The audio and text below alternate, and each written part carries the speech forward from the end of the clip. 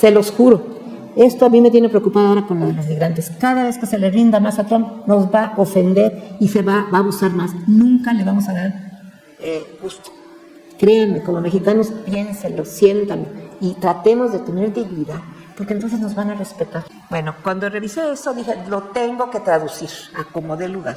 Estaba en inglés, publicado en el año 1808. Lo tengo que publicar, y sí, la Ibero lo publicó en 1991 o 92, y lo publicó como diario de un viaje entre la China y la costa noroeste de América, efectuado en 1804. Si ustedes lo leen, van a encontrar lo que pensaban ya los comerciantes norteamericanos sobre cómo quedarse con esas tierras. Es toda una especie de manual de cómo se pueden quedar sin problemas tanto con la península como con la Alta California. Ese realmente es el propósito del diario. Le está diciendo a sus compañeros mercaderes, a compañeros negociantes y al gobierno de Estados Unidos: señor, nunca va a poder la Nueva España, no va a poder defender esto. Esto está muy fácil, nos podemos quedar con ella. Entre muchas veces, me acuerdo en una frase que decía, en una palabra, a pesar de los españoles, sería tan fácil quedarse con las Californias como arrebatárselas en un principio. Es decir, rapidísimo se las podemos quitar. No hay manera que las defiendan. Y lo que hace él es ir por cada bahía, cada lugar donde va pasando. Dice, aquí se pueden venir tantos regimientos, tales barcos pueden quedarse en la bahía, pueden entrar, otros no pueden. Cómo desembarcar, cómo tomar las Californias. Bueno, al grado que en 1803 bombardea el puerto de San Diego y no lo pudo tomar. Estamos hablando de 1813, pero este diario, el de 1804, es el que más, con mayor cuidado, va contando la historia de cada misión, tanto de la península como de la Alta California.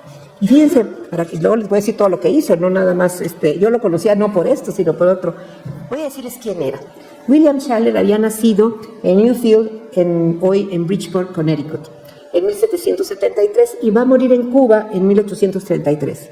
Era hijo de unas personas sencillas que trabajaban cerca de los asuntos y los barcos de la zona, pero pierde a sus padres cuando era un niño, y para ayudar a mantener a sus hermanos se va a trabajar a los 14 años a una firma también comercial neoyorquina. Va a aprender español, va a aprender francés, además sabía inglés, y no es cualquier muchachito que no está bien preparado. Es impresionante lo que este jovencito huérfano va a lograr. Después me lo voy a encontrar traduciendo la historia de Nuevo Flandes o de Chile por un jesuita de los expulsados de la Compañía de Jesús en el siglo XVIII, traduciéndolo al español, una historia de Chile. Hagan de cuenta que hubiera traducido a nuestra obra sobre Historia de México de Clavijero. Él precisamente es el traductor de esa historia de Nuevo Flandes, así se llamaba también Chile, para darla a conocer en inglés, porque también estaban interesados, por supuesto, en el comercio chileno. Este jovencito admiraba Francia, les digo que había aprendido a hablar francés, simpatizaba con la Revolución Francesa y va a ir a Francia y va a participar en proyectos revolucionarios de la época. No sabemos cuáles, pero estuvo vinculado a la Revolución Francesa. Después, más tarde, ya para 1800, junto con un socio, con otro comerciante que se llama Richard Cleveland, que también dejó unas memorias, empezó a comerciar en Europa y fue a Perú, a Guatemala, estuvo en las Islas Sandwich. Las Islas Sandwich se llamaban así porque James Cook les puso así, pero son Hawái. El nombre original de esas islas es Hawái, y también va a comerciar con China. Y ahí vamos a ver qué es esto de este comercio con China. ¿Por qué ese interés de ir de estos bostoneses, les decían en América del Sur, a estos comerciantes? Imagínense el viaje desde la costa atlántica de los actuales Estados Unidos hasta el estrecho de Magallanes, toda la vuelta, y subían precisamente por Chile. Y su amigo, los dos, se pasaban hablando con los criollos de Santiago, de Valparaíso, les regalaban la Constitución de Estados Unidos y los trataban de convencer que se independizaran y, por supuesto, juraran la Constitución de Estados Unidos. Ya estoy hablando de 1802, 1803, ya lo iban haciendo así. Se decían a sí mismos apóstoles de la democracia. De apóstoles que tenían muy poco, pero bueno, lo hacían, y lo hacían no nada más allí. Todo lo donde iban pasando por el Pacífico, en San Blas, aquí en la Nueva España, también regalaban la Constitución en 1803 a los locales para ver si se animaban a separarse. Bueno, el viaje que nos interesa es su segundo viaje a la América Española, porque en ese viaje que iban en búsqueda de una mercancía sumamente apreciada en dos cortes, en la corte de los zares rusos y en la corte del emperador de China, era la nutria. No sé si ustedes han visto lo que es un animalito de nutria, son preciosos, pero la nutria más fina del mundo estaba en las Californias. Casi acabaron con ella estos comerciantes, casi acabaron con la extinguieron, pero eran sumamente finas. Entonces, claro, en Rusia y en China, las dos cortes imperiales, era la favorita. Entonces, estos comerciantes iban, compraban o mandaban matar a estos animalitos, no les podían dar tiros para no hacerle hoyos a las pieles, a palos, y entre más chiquitas y más finas, mejor. Era horrible. Bueno, era un comercio espantoso, pero les daba muchísimo dinero, muchísimo. Entonces, así empezaron. Y van a haber varios países interesados en este comercio. Por supuesto, los Estados Unidos con estos comerciantes, también los ingleses y también los rusos. Los rusos tenían un establecimiento muy importante ruso en Alaska. Ustedes se acordarán que Alaska fue rusa. Y allí había un hombre que se llamaba Alejandro Baranov, que hace un acuerdo con estos comerciantes estadounidenses para el comercio de esas pieles tan apreciadas.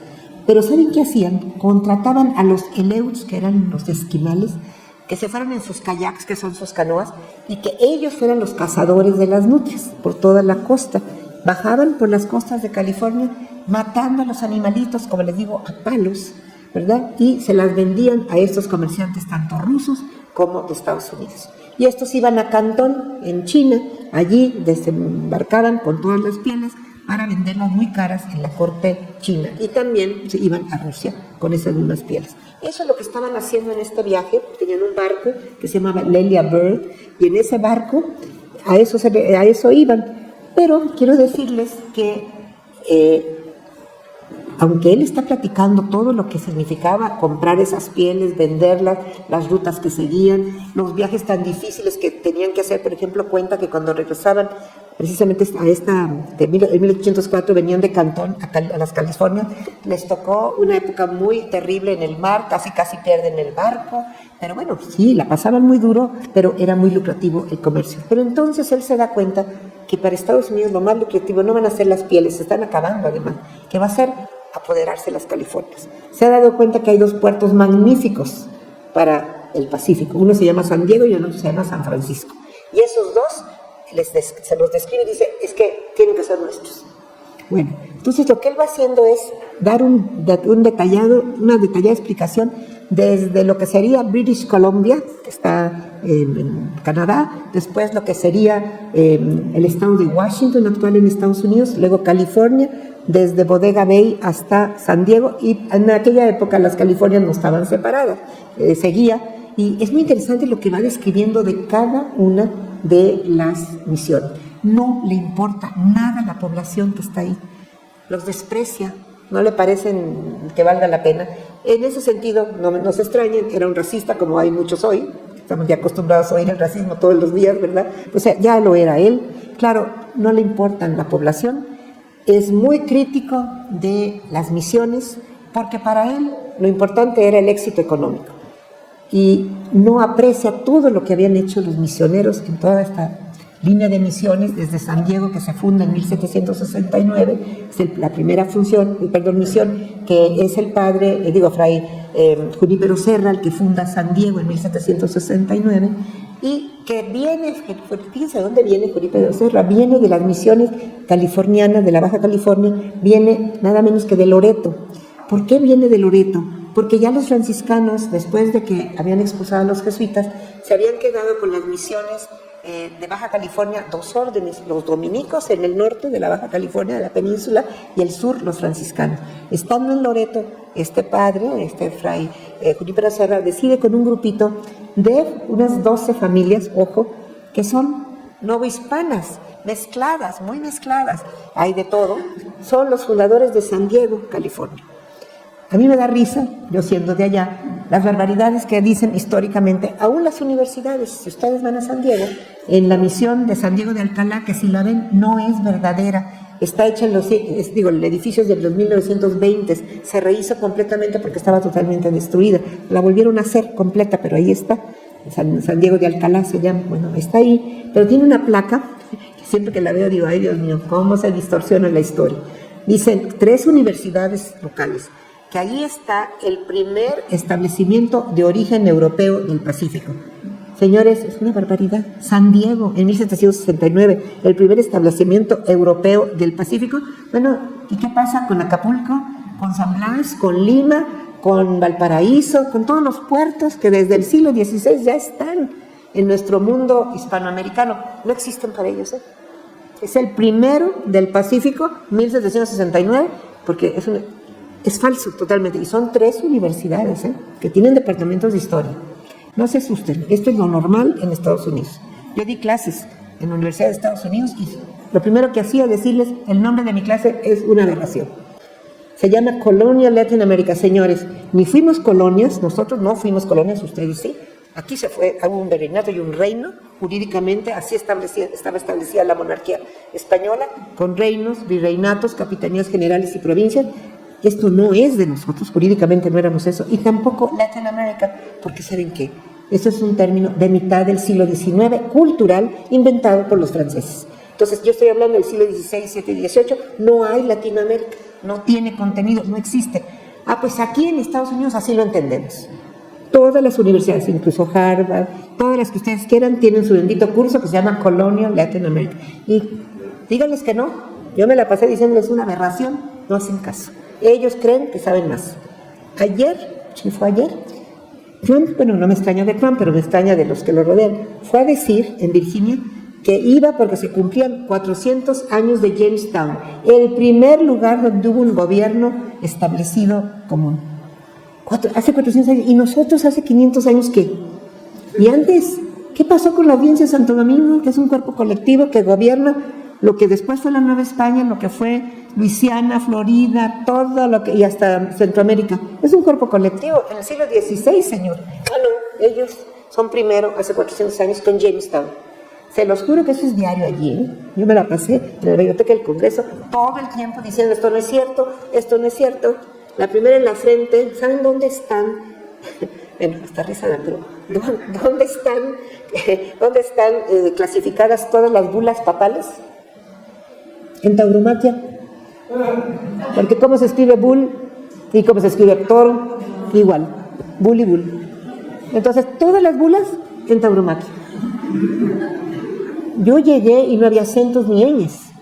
Y les dije, señores, esto es una falta de ortografía. Qué casualidad que el polaco tiene sus acentos y tiene todo, y todos los demás dicen, y nosotros español no. Ay, ¿qué importa? No tiene nada que ver, no se tiene. Es una falta de ortografía. Y la ñ, no importa. No. Les puse feliz año y luego les puse sin ñ. Y se los traduje. Se quedaron así. Dije, eso es lo que están diciendo. Montana no se llamaba Montana, señores, es montaña. Y así síganle. Pero es un gran desprecio por el mundo hispánico. Quizá nacido de la famosa leyenda negra que ellos manejan, ¿verdad? Pero crean, combatir eso es muy difícil. Por eso también yo quise publicar esto, para que se viera sus intereses tan tempranos y para que nos diéramos cuenta que hay un proceso que explica la guerra con México. Esa guerra no tenía ninguna razón, fue totalmente injusta, tienen que inventar un pretexto. En mayo de 46 la declaran, pero con un pretexto que inventaron, porque no encontraban cómo declarar la guerra. Están todas las instrucciones ¿cómo se llama? Al general Zachary Taylor, que estaba en la frontera, y haga un accidente para poder nosotros tener un pretexto. Meses y meses le piden que haga un accidente y no lo hace, no lo logra, hasta que un día se mete a territorio mexicano, ataca una patrulla mexicana y la patrulla le contesta. Y entonces Polk, el presidente, va a decir en el Congreso, señores, han derramado sangre americana en territorio americano. No era verdad, pero con eso, en mayo de 46, declaran la guerra a México. Les surgía porque no habían podido conseguir comprar estos territorios. Si ustedes vieran cuántos intentos hay de compra, Y la excusa era, yo lo leí todos, recibí los archivos, vi todos los expedientes de los agentes, no se llamaban agentes secretos, les llamaban agentes del Ejecutivo, porque solo le daban información al vicepresidente, al presidente y al secretario de Estado. Al Congreso de Estados Unidos no le decían nada, era directamente con el Ejecutivo. Esto va a hacer este señor después de este viaje. En este viaje, pues, escribe todo eso, va diciendo aquí es muy fácil quedarse, esto nos puede servir para tal cosa, se produce tal cosa, etcétera, etcétera. Pero lo escribe hasta el año 8. Ya para el año 10, ¿dónde estaba William Chandler? Es agente del Ejecutivo. Trabaja para James Monroe, que era secretario de Estado. ¿A dónde lo mandan? Lo mandan a La Habana, a Cuba.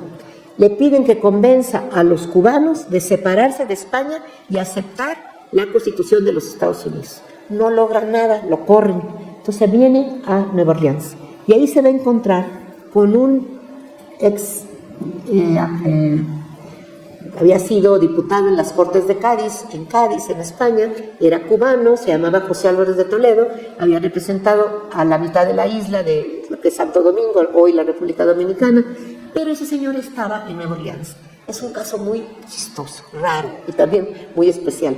Servía a 4 diferentes jefes: a Inglaterra, al gobierno inglés, al gobierno de Estados Unidos, al gobierno español y a los insurgentes, a los 4, a la vez. Por supuesto, al final va a traicionar a los insurgentes y va a entregar toda la información a Luis de Onís, el embajador español en Estados Unidos. Por eso tenemos los papeles existen, hasta su diario. ¿Por qué? Porque se los vendió a Luis de Onís, y Luis de Onís, cuando se regresa a España, quedaron en familia, y un banco mexicano en el siglo XX los compró. Pasaron años y se acabó ese banco, y la presidencia de la República los compró.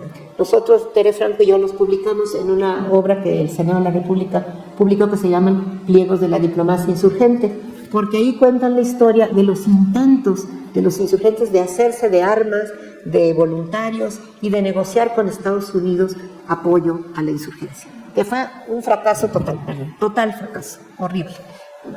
Da dolor leer esos 72 documentos, porque uno ve la desesperación ya de la insurgencia, que está prácticamente completamente derrotada, y su única esperanza le queda en la ayuda exterior. Y la ayuda exterior no fue ayuda, era negocio, y era lo único que importaba. Y se van a estrellar contra esa actitud.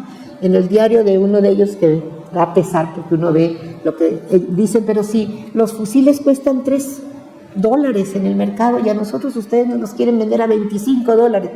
Contestación de los comerciantes: ese es el precio de la libertad. Era negocio. Entonces esa es una historia triste. Pues ahí está Schaller.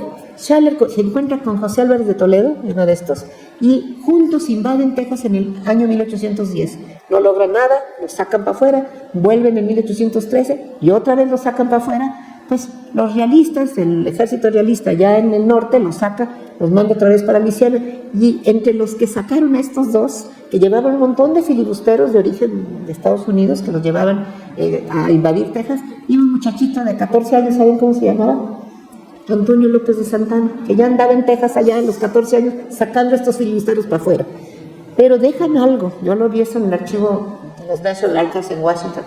Los dos escribieron, tanto Álvarez de Toledo como Schaller, escriben 2 periódicos. Uno se llama La Gaceta de México, nomás sacaron un número porque los corrieron, y luego hacen otro que se llama El Mexicano, que es el único periódico bilingüe de la insurgencia, porque la mitad lo escribe en español José Álvarez de Toledo y la otra mitad Schaller en inglés. Existe solo un número de cada uno porque como los corrieron ya no pudieron hacer más. Pero es interesante, ahí andaban y lo volvimos a encontrar en otros momentos, siempre tratando de conseguir la independencia de la Nueva España.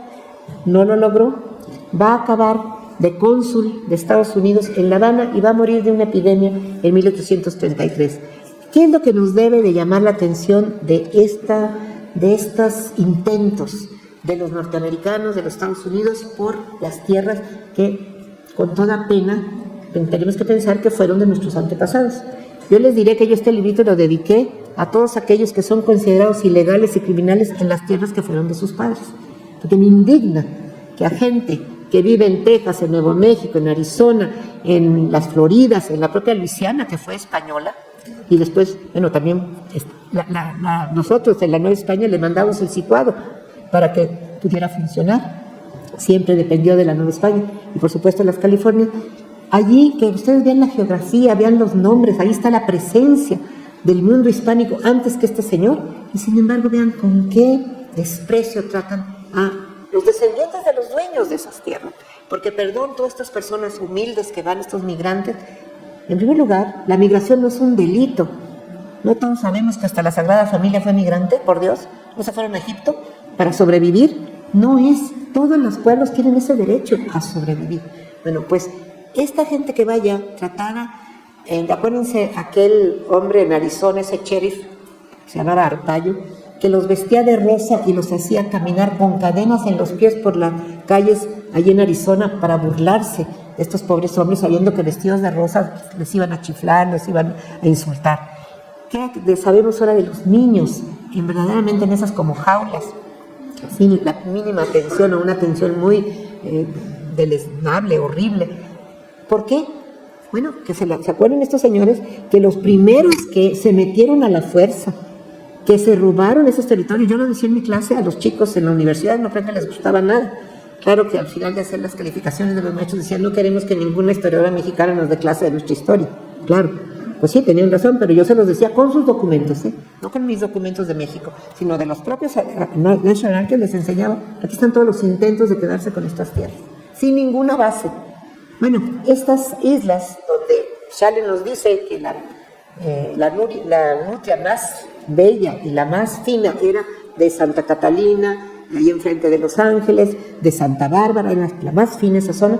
Pues quiero decirles que todas las islas que están enfrente de la Alta California no están en el Tratado de Guadalupe Hidalgo, son mexicanas, porque nunca se entregaron con el tratado, así que las tienen sin tener ningún derecho a ellas, Así que cuando oigan las canciones sobre Santa Catalina y todas las, pues sí, pues siguen siendo mexicanas, nada más que también, con toda tristeza les debo decir que mi experiencia en aquellos años fue que cuando uno como mexicano intenta, sobre todo a la embajada, decirle, esto no lo pueden regresar, por ejemplo, allí en la biblioteca tenían un códice que se habían sacado de manera irregular de México. La ley, los convenios entre países establece que si de un archivo, que es un archivo nacional o privado, pero que se puede probar, se ha sacado un documento sin permiso, se tiene que regresar. Y ahí tienen el códice Huejotzingo. Y los mismos, yo era amiga ahí de todos, y me decían, ustedes lo pueden pedir, porque esto se sacó del archivo del Hospital de Jesús, que está todo en el Archivo General de la Nación. Lo sacaron para venderlo. Entonces, lo pueden pedir. Escribí al secretario de Relaciones Exteriores, hablé con todas las de embajada. Nadie puso el menor interés. Allí sigue, en la Biblioteca del Congreso. No les interesa. En todos los años que yo estuve ahí, hicimos tertulias promoviendo la cultura hispánica, muchas cosas sobre México, sobre su historia, sobre sus literatos, sobre su música, sobre sus costumbres. ¿Ustedes creen que alguna vez fue algún mexicano de la embajada? Nunca, nunca. A mí me hablaban de la embajada y yo les decía, por patriotismo mejor no digo nada aquí, ni les aviso, porque esto no se vale. Se los decía así, tal cual. Oye, manita, ¿cómo me dijiste? A ver, así no se habla. Me haces favor de hablar con toda propiedad porque estás representando a nuestro país. Hasta eso les tenía yo que decir. Las secretarias no sabían inglés. Les tenía yo que hacer las cartas porque no sabían inglés. Y ustedes iban a la embajada y no había nadie, todos habían ido de compras. Yo estaba esperé ahí hasta que regresaron. ¿Ustedes saben la imagen que dábamos? Bueno, las cosas que yo les contara en esos 10 años, uno como mexicano de veras por patriotismo se calla. Un día me hablan de Nueva York, la secretaria del cónsul. Oiga, fulanito Sotano que está escribiendo un libro, quiere que le busquen ahí en la biblioteca del Congreso todo lo que haya sobre esta persona. Oiga, señorita, ¿cómo se atreve a hablar aquí en la biblioteca del Congreso para que le hagan el trabajo a ese señor que está haciendo una novela? ¿Sabe qué? Que el señor venga a trabajar cuando quiera. Aquí no le van a hacer nadie. Dele gracias a Dios que yo contesté, porque eso no se hace. ¿Ustedes qué creen que son? ¿Cómo le hablan a una institución a decirle que les hagan el trabajo que el fulanito que trabaja allí en el consulado está haciendo? Una novela. Y fue el señor, estuvo media hora y llevó a un pobre señor de la embajada mexicana a que le buscara la obra. El señor hacía ahí. Y decía, Dios mío, yo me hago como que no son mexicanos. Es que le da uno vergüenza el abuso. Otro día. Oye, Lupita, va a venir toda la Suprema Corte de Justicia. Por favor, organízales una visita guiada de los 3 edificios de la biblioteca. Como yo los conocía, dije, yo no organizo nada, hasta estar segura, pero como tengo amigos en los 3 edificios, si vienen, lo organizo, y si no, no. Me hablaron 15 minutos antes de la embajada. Mira, no van a ir, se fueron todos de compras. ¿Qué tal que yo hubiera organizado eso formalmente, con los canales ahí, que lo toman muy en serio? Se los digo porque como mexicanos eso no podemos aceptarlo, ni aguantarlo. Otra vez me hablaron, Lupita, va a haber la feria del libro mexicano.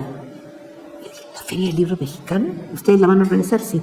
Cuando vi lo que era, dije, ni a tiro les digo aquí que va a haber una feria del libro mexicano, porque estos libros no son mexicanos. Son traducciones pésimas del libro del millonario de fulanito de tal gringo. ¿Esto qué es? Bueno, te vamos a hacer, a ver, es que es un contrato que tenemos con una que publica libros traducidos en Los Ángeles. Pues no se atrevan a decir que este es el libro mexicano. Y no avisé ni dije nada. Es que miren, de veras, uno acaba haciendo eso.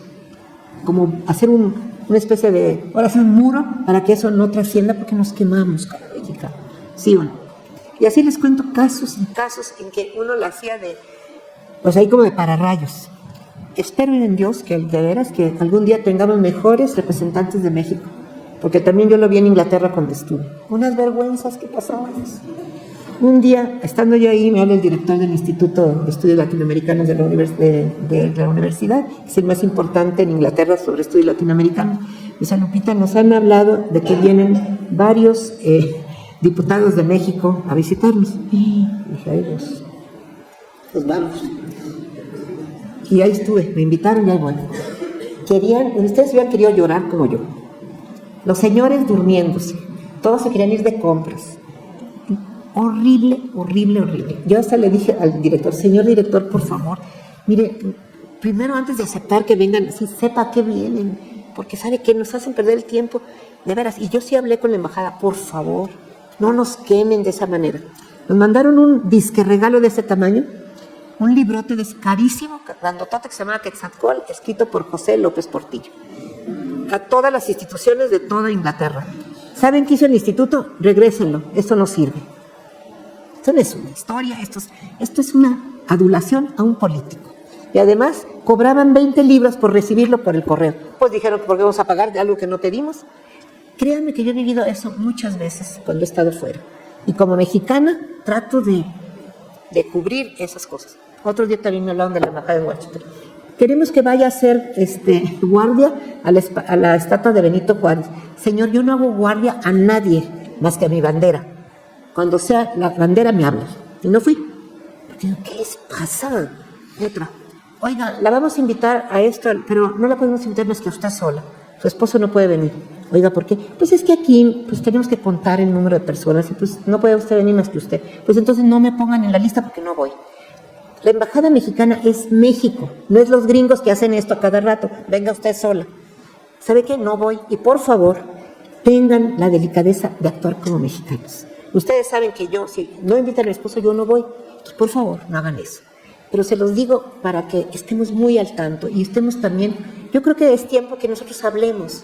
No tengan miedo a hablar, no tengan miedo a defender. Siempre he dicho, y ahora estoy preocupada por eso, que tenemos ante ellos que ser muy dignos y mantenernos firmes, nada de someternos, porque nos tratan peor. Cuando yo llegué a la Biblioteca del Congreso, soy mexicana, llegué como mexicana, como extranjera, lo primero que me dijeron, usted va a jurar la Constitución de Estados Unidos y la bandera de Estados Unidos. No, señor, yo no juro nada. Yo tengo mi Constitución y tengo mi bandera. Ustedes me están tratando como extranjera y como mexicana. Fuimos al jurídico de la biblioteca y dijeron que tenía razón, ella tiene su bandera y tiene su Constitución. Yo les dije, yo las respetaré, pero no la juro, no soy su ciudadana. Y lo respetan a uno, ¿eh? La siguiente en la frente, llego a la división hispánica. Doctora, me dice el director, quiero que vaya a la universidad, a Rhode Island, a la Universidad John Carter Brown, a presentar una ponencia sobre el proyecto que está usted haciendo de archivos españoles, aquí en 53 colecciones en Estados Unidos, pero la firmo yo. ¿Cómo? Sí, porque aquí se acostumbra que solo los jefes firman los trabajos. Pues se acostumbran mal, porque aquí esta autora es la autora y hay derechos de autor. Usted quiere ir, vaya usted, pero usted escribe de lo que no sabe.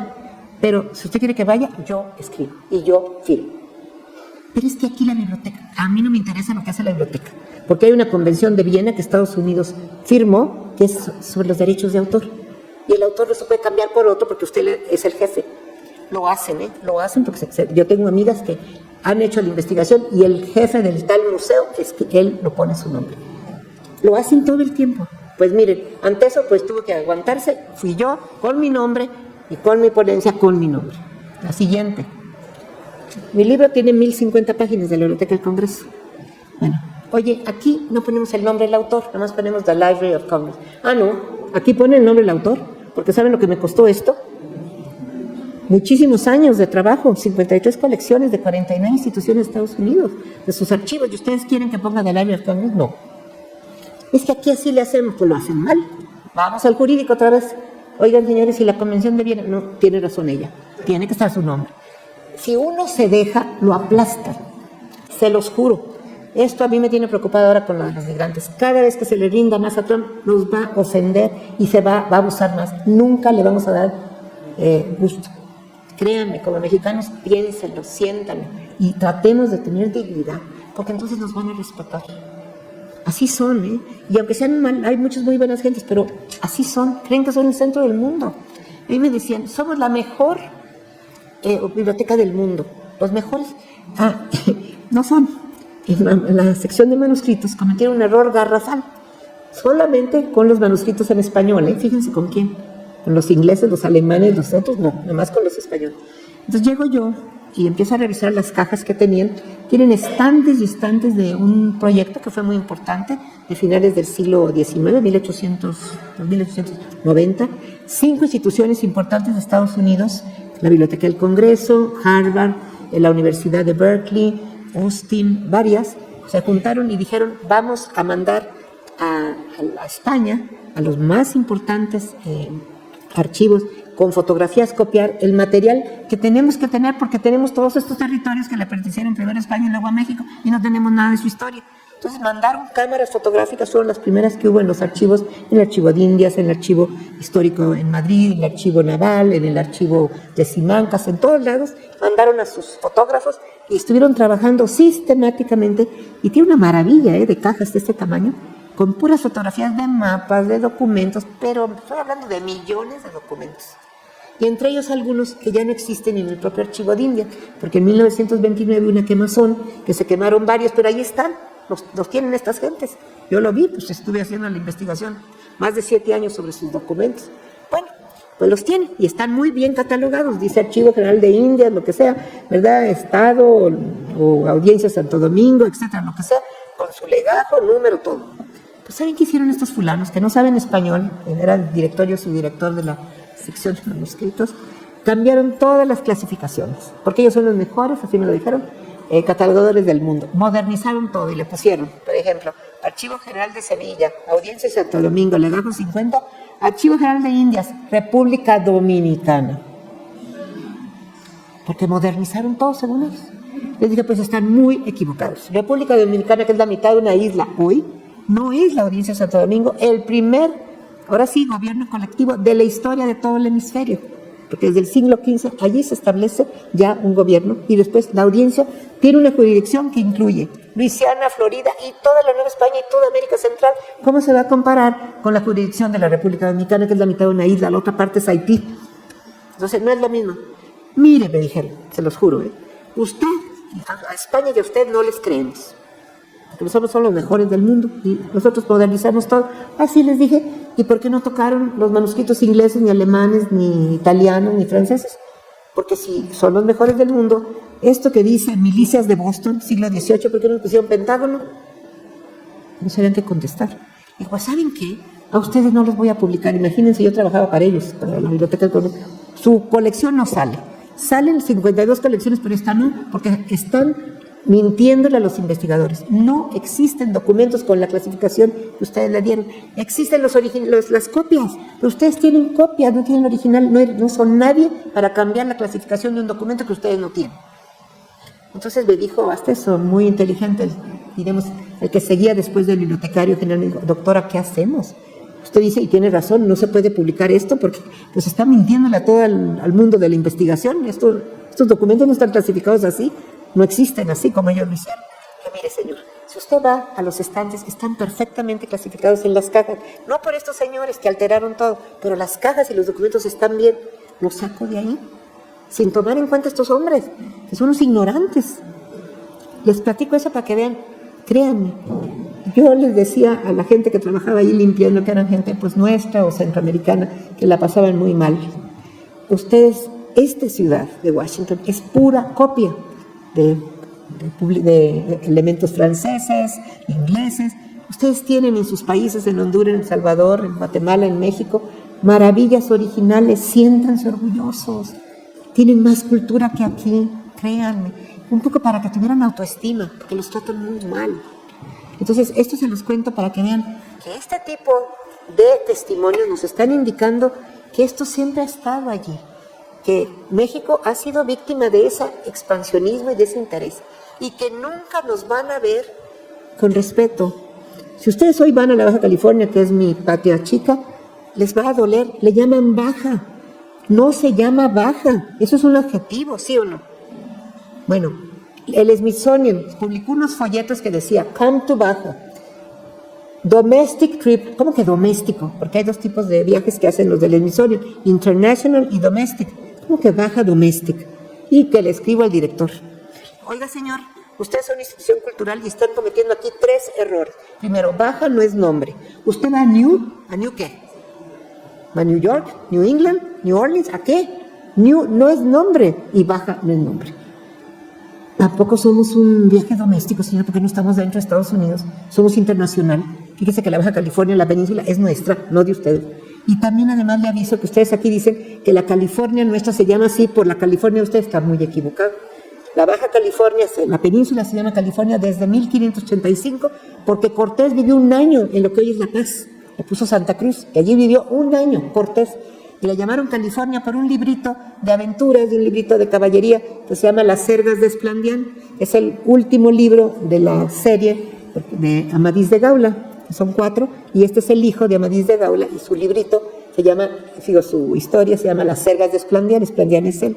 Bueno, allí hablan de una isla que se llama California, de amazonas que viven ahí, que son guerreras, y ahí lo sacaron, el nombre, en 1535. Entonces, ¿cómo que nosotros lo sacamos de ustedes? Bueno, se lo escribí y ¿saben qué me contestaron? Bueno, es que nosotros contratamos una compañía que nos hace la propaganda. Esa fue la salida. Y eso se los puedo decir, año con año nos la pasábamos nosotros tratando de... Pero esa es la manera de pensar, ¿eh? Así que les digo esto para que vean que esto que fue un mero viaje por ir por las pieles de nutria se convirtió en una propuesta al gobierno de Estados Unidos y a todos los comerciantes de quedarse con las Californias. Lo han intentado. Cuando uno ve la guerra de 46, 48, saben que tanto la Baja California como la Alta California estaban allí, los Marines ya estaban desde el año 45, antes de la guerra ya estaban y no se salían. Estaban ya tomadas la península y tomada la Alta California, ya no se salieron. Esperaron el pretexto, declaran la guerra en mayo de 46, pues ya estaban ahí los Marines. De puro milagro nos quedamos con la península, de puritito milagro. Y quiero avisarles que siguen insistiendo que la quieren comprar. Ahora, ya le llaman Baja, y lo más grave, yo sí se les dije al Departamento de Turismo, ¿cómo es posible que nuestra Secretaría de Turismo le diga Baja? Que se lo digan ellos porque son ignorantes. Pero nosotros, llamarla Baja, ¿qué nos pasa? ¿Verdad? Fíjense cómo uno se puede autodegradar. Eso es porque los que quise yo venir a hablarles de esto, que es esta primera narración de un estadounidense sobre las Californias, en donde se ve clarísimo ya la intención de quedarse con ellas. Lograron quedarse con la Alta California, pero la península, yo para mí la veo que peligro. Si ustedes ven Los Cabos cómo está, vayan a Los Cabos, llegan los barcos, se baja uno del barco, no le piden ni siquiera el mínimo papel, entra todo el mundo, se pueden quedar ahí y hacer lo que se les pega la gana. Cabo San Lucas, Los Cabos, a mí me dio una tristeza ver, parece un cabaret de los gringos, está lleno de pura bebedera, horrible. Es decir, ¿qué hemos hecho con un lugar tan hermosísimo? Bueno, si los mexicanos no defendemos, si los mexicanos no nos oponemos a eso, si no hacemos oír nuestra voz, pues eso va a seguir pasando. Hoy, las casas más caras, los terrenos más caros de Los Cabos, de San José del Cabo y de Cabo San Lucas, están en manos extranjeras. Y lo hemos permitido. La Constitución lo prohibía. Que Salinas para acá ya no. Entonces yo sí digo, se lo digo de corazón, estemos atentos. Pensemos que nadie más que nosotros podemos defender a México, pero lo tenemos que defender defendiéndolo con dignidad, no dejándonos que nos aplasten. Entre más se hinque uno, más lo van a patear. Eso se los digo por experiencia. Ya para último les contaré una escena que a mí me pareció, se venía 1992, eran los 500 años de... Estuvo muy curioso porque estaban que no sabían cómo explicar que Colón nunca pisó tierra de Estados Unidos. Pues ¿cómo le hacían? Descubridor de América, ellos son América, eso es otra. Son ellos nomás, nosotros no somos América, les aviso. Ellos son América, por eso we are going to make America great again, y América, babosadas. Ellos no son América, somos todos, somos 35 naciones en América.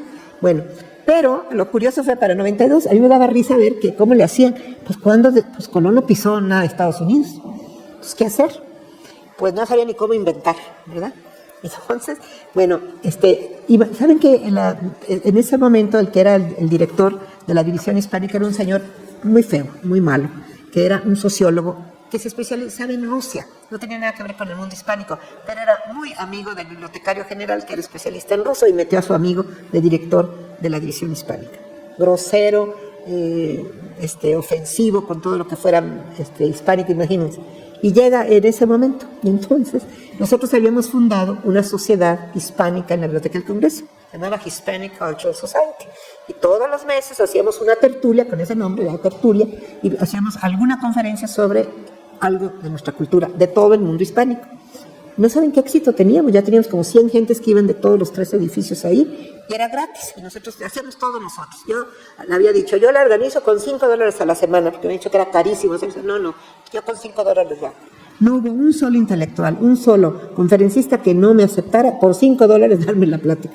Yo le decía, mira, solo tengo $5 y te alcanza para un sándwich y un refresco. ¿Cómo ves? ¿Me das la plática? Nunca me dijeron que no en todos los años que estuve.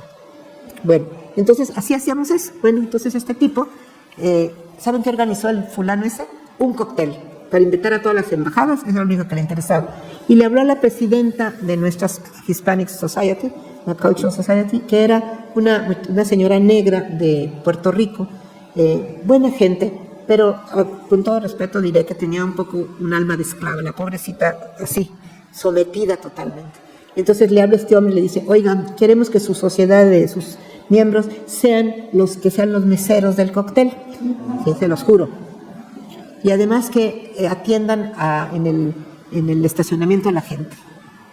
Y me dice a mí, que yo era la vicepresidenta que había llegado a eso, y que me indigno, como no tienen. ¿Cómo dijiste? ¿Cómo se te ocurre decirle que nosotros vamos a ser los meseros de su cóctel? En este momento, delante de la mesa directiva, le hablas y le dices que la sociedad hispánica no es mesera de nadie, que se organice como quiera, que es una vergüenza que a la sociedad, que supone que es nuestra cultura, no le invite al cóctel, pero quiera que seamos los meseros, y la obligamos a que le dijera eso, y de nosotros, por supuesto, que nadie fue. Pero quiero decirles que así se los gastan, ¿eh? De veras se los digo de corazón, porque a mí, como mexicana, me duele en el alma. Y la última, ya para terminar, cuando llegué, pues me entrevistó la FBI, quién sabe qué mexicana era esta, ¿verdad? Y entonces estaba ahí llenando y me dice, oiga, ¿y usted de qué raza es? ¿Cómo? ¿De qué raza? Y se me queda bien, y dice, porque mexicana es, ¿verdad? Sí, mexicana. Pero usted no, si es mexicana no puede ser blanca, y no es negra, y no es café, y no es amarilla. ¿Usted qué es? Póngale allí humana, eso soy. Y el señor puso humana. Es que le preguntan a uno cosas así, se los juro. No estoy exagerando, eso yo lo viví 10 años ahí. Y ¿saben qué? Pero lo respetan a uno, ¿eh? Si uno se mantiene, al rato lo respetan y lo quieren. Créanme, y eso les pido a todos, que como mexicanos cada uno lleve muy dentro esa dignidad de nuestro país y de nuestra cultura, que es enormemente maravillosa y valiosa. Muchas gracias.